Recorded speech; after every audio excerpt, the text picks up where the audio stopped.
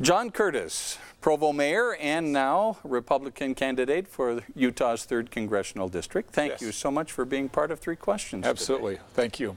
You have been the mayor now of Provo for 7 years. Right. 7.5. 7.5 years. Who's counting, right? And over the past several years, you've enjoyed an average approval rating of 93%. That's almost unheard of in politics. 94. 94%. Congratulations. Why are you running for Congress? Well, that's a good question. I think it's important to know that I had decided not to run again as mayor before I made this decision. And that was a hard decision. I've loved serving as mayor. It's been the most rewarding professional thing I've ever done. And yet, I think everything has a life. And it's always been important to me to know when that useful life is up. And so I determined not to run for mayor again. And then several months later, this opportunity came up. And to be honest, I felt really strongly compelled to bring what I've learned in my business life and in my political life to bear and see if that's of interest to the voters. So what exactly have you learned in private business and as mayor that qualifies you, or at least prepares you, to serve in Congress? Well, my business, as you know, was a business that involved manufacturing. We had hundreds of employees, and it didn't start out that way. It started as a very small company. And understanding what it's like to have a business and understanding regulations, and when somebody mandates health care, knowing the impact of that, understanding what it's like to sign your house away every year and the risk that you take and the hard work that you put into that, I think is very important. Knowing how to hire people and work with people and motivate people, and then combining that with a good positive experience in government, where I believe in Provo we really connected with our residents. We learned how to listen to them. We learned how to govern in a way that they liked. And 93% approval rating. Yeah, and so I think 94, yeah. So I think that we just don't see those things a lot in government, and I want to make sure that I don't lose those things. And what I've learned, I find additional ways to use them. In the primary election, your opponents made a point out of the fact that in 2000 you ran for the Utah Senate as a Democrat. Yes. You lost that election. Number one, why did you run as a Democrat? And number two, why are you now a Republican? Well, let me answer the latter question first. I've never really changed my beliefs, my principles at all. But there was a time when I challenged the Republican Party because I felt like the dominance of the party in Utah County 20 years ago was not healthy. Politicians were running unopposed. There was no accountability. And so I felt like if voters had a choice between two people that represented their values, that would be better government. It didn't work. The overshadowing national prominence on the Democratic Party and those issues really wouldn't allow that idea to work. It was a bad idea, and I'll be the first to acknowledge that. But I think it's important for people to know that I'm not just going to stand back if I see things, even in my own party, that need to be corrected, and I'm going to push them and make them be their best. So the bottom line is that you at first were a Republican and then switched to the Democratic Party, and then switched back to the Republican Party. Well, we did something very interesting, and we took that Democratic platform and we made it representative of what I would have called Utah or Utah County values at the time. It was pro-life. It was about personal responsibility, obviously pro-Second Amendment. Things that really most people would look at and say, yes, that represents my values. I think the problem was the D that was associated with it, especially in Utah County, just made it an idea that wouldn't work. The old guard of the Republican Party did not choose you to represent the party in this primary election. They chose somebody who was far more conservative than you. But you gathered enough signatures, you got on the ballot, and you ultimately beat both of your opponents. That said, is the Republican Party old guard in Utah in touch with the majority of Republicans in this state? Well, let me first say I have a tremendous amount of respect for the old guard, and I think that they work extremely hard to promote what they feel like is the best government. And I feel bad that what I did is perceived to have weakened that or taken a shot at that, because that's not my intent at all.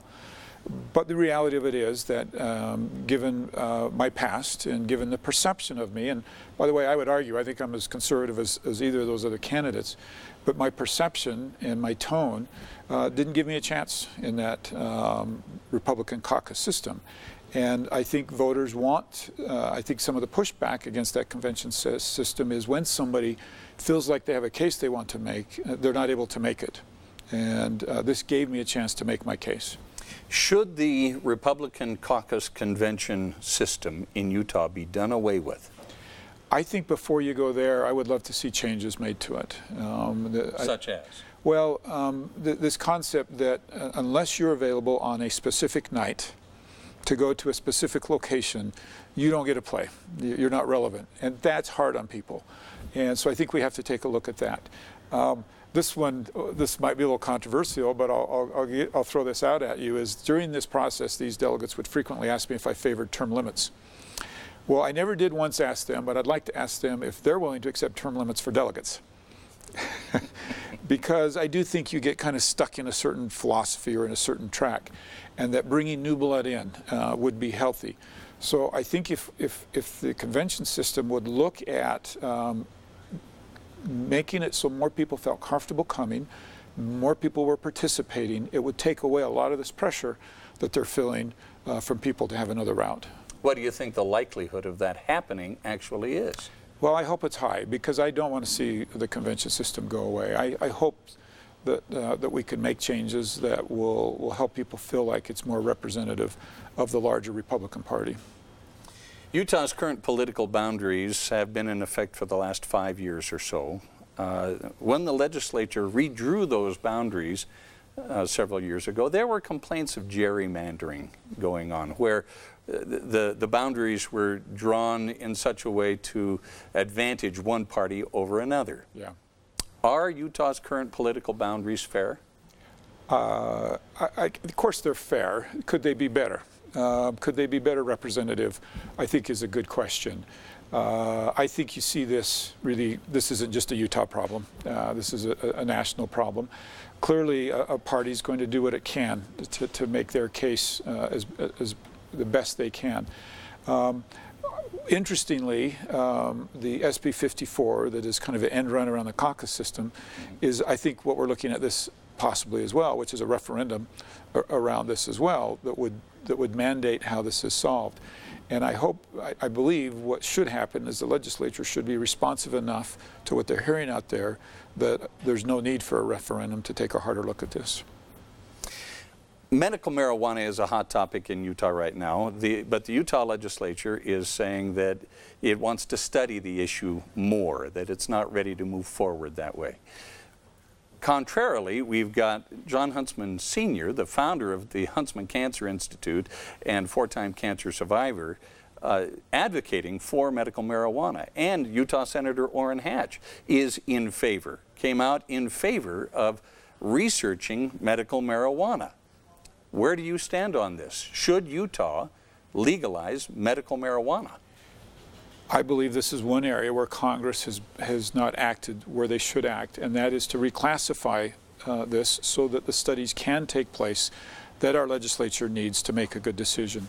Generally speaking, I would say this is a state's issue, with that exception that the federal government needs to reclassify. Once we reclassify, I'd like to see this be a state issue, and the state have enough information that they can make a good decision. I think most of us know somebody who could benefit from medical marijuana. And to me, if the legislature can figure out those fine details of doing it in a way that is safe and is helpful, I'm hopeful they can do that.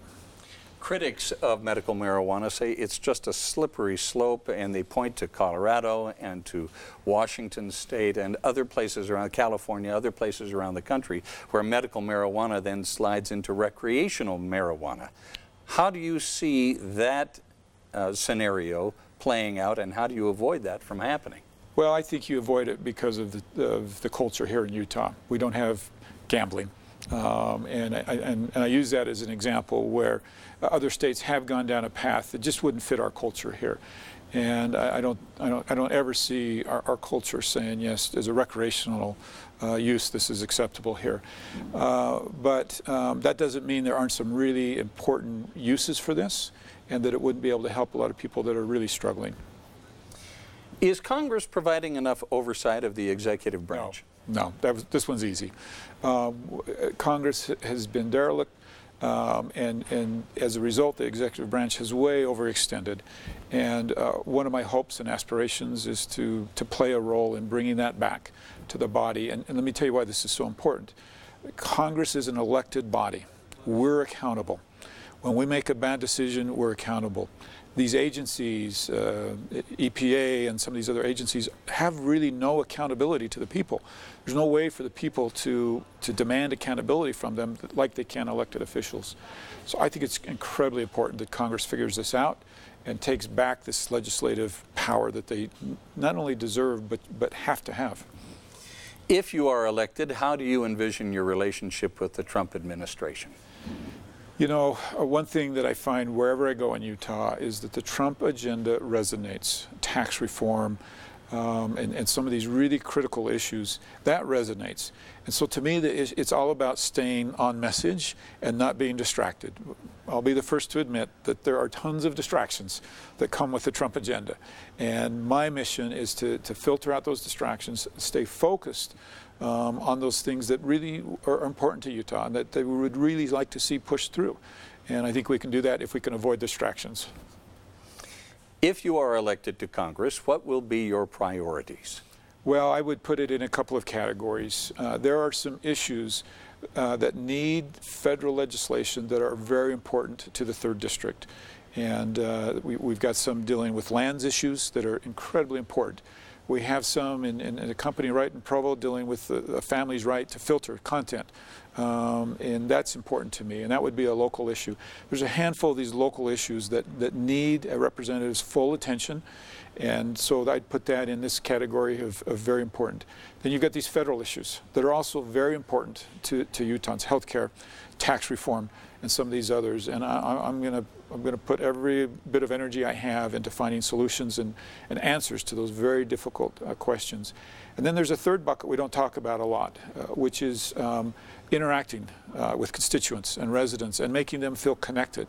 One of the reasons I think our approval rating is so high in Provo is the effort we put into listening to people, using social media and these other tools to make them feel connected.